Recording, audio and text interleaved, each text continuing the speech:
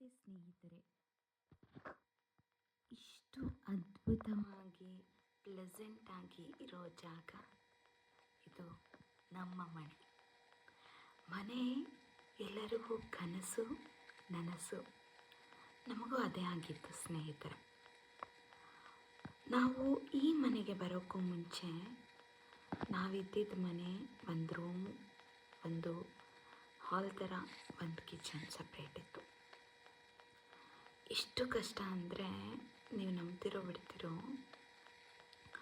ಆ ಮನೆಯಲ್ಲಿ ಮಳೆ ಬಂದಾಗ, ಅದು ಹಂಚಿನ ಮನೆ ಆಗಿತ್ತು, ಮಳೆ ಬಂದಾಗ ಹಂಚಿನಿಂದ ನೀರು ಬರೋದ್ರಿಂದ ಮೇಲ್ಗಡೆ ಒಂದು ಶೀಟ್ ಹಾಕಿದ್ರು.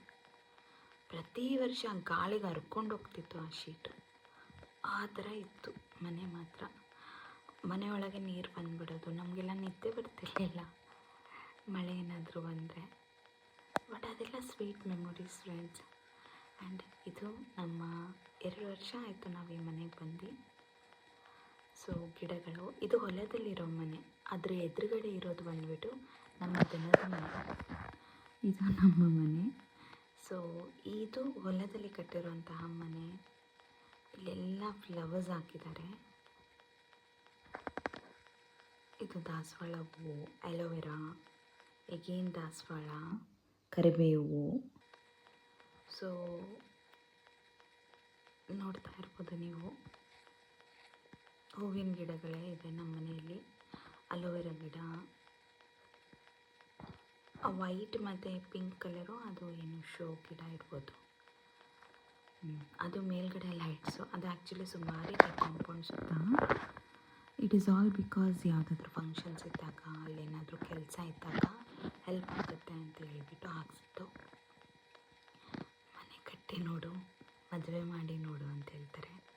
ಮನೆ ಕಟ್ಟಿದ್ರೇ ಸುಸ್ತಾಗ್ಬಿಡ್ತಾರೆ ಅಲ್ವಾ. ಇಷ್ಟು ಕಷ್ಟ, ಒಬ್ಬರ ಲೈಫ್ ಲಾಂಗ್ ಕಷ್ಟಪಟ್ಟಿದ್ದನ್ನು ಮನೆಗೆ ಇಡ್ತಾರಲ್ವ. ಸೊ ಈ ಗಿಡಗಳು ಬಂದುಬಿಟ್ಟು ಶೋ ಗಿಡಗಳೇನು. ಇಲ್ಲೆಲ್ಲ ಪುದೀನ ಹಾಕಿದ್ದಾರೆ. ಸ್ವಲ್ಪ ಪಲಾವ್ಗೆ ಚೂರು ಪುದೀನ ಬೇಕಲ್ವ, ಪಲಾವ್ಗೆ, ನಾನ್ ವೆಜ್ಗೆ.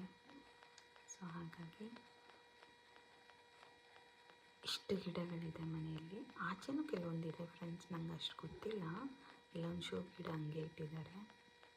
ಇದು ಕಾವೇರಿ ವಾಟರ್ ಬರುತ್ತೆ ಇಲ್ಲಿ ನಮಗೆ.